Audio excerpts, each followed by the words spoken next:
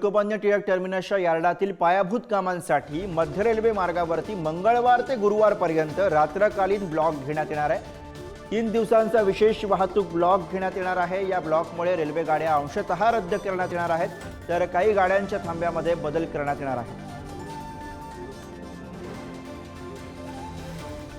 तर मध्य रेल्वे मार्गावरती 3 दिवस रात्रकालीन ब्लॉक असणार आहे। मंगळवार ते गुरुवारपर्यंत हा रात्रकालीन ब्लॉक असेल। 3 दिवसांचा विशेष वाहतूक ब्लॉक घेण्यात येणार आहे आणि या ब्लॉकमुळे रेल्वे गाड्या अंशतः रद्द करण्यात येणार आहेत, तर काही गाड्यांच्या थांब्यामध्ये बदल करण्यात येणार आहे। 3 दिवसांचा मध्य रेल्वेवरचा हा रात्रकालीन ब्लॉक मंगळवार ते गुरुवारपर्यंत हा ब्लॉक असेल। आणि आज विषयी आपण अधिक बोलूया। प्रतिनिधी धनंजय दळवी सध्या आपल्या सोबत आहे। धनंजय, या 3 दिवसांच्या रात्रकालीन ब्लॉक दरम्यान कसे बदल असतील?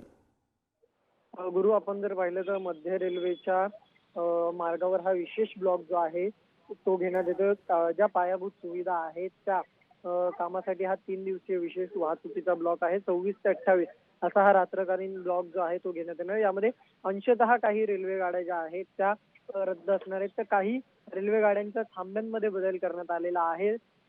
जर आपण पाहिलं तर ज्या मेल एक्सप्रेस गाड्या आहेत त्यांच्या वाहतुकीत जे आहे ते काही गाड्या ज्या आहेत त्या ठाण्यापर्यंत चालवण्यात येणार आहेत आणि ठाण्याहून पुन्हा त्या त्यांच्या गंतव्यस्थानासाठी रवाना होतील।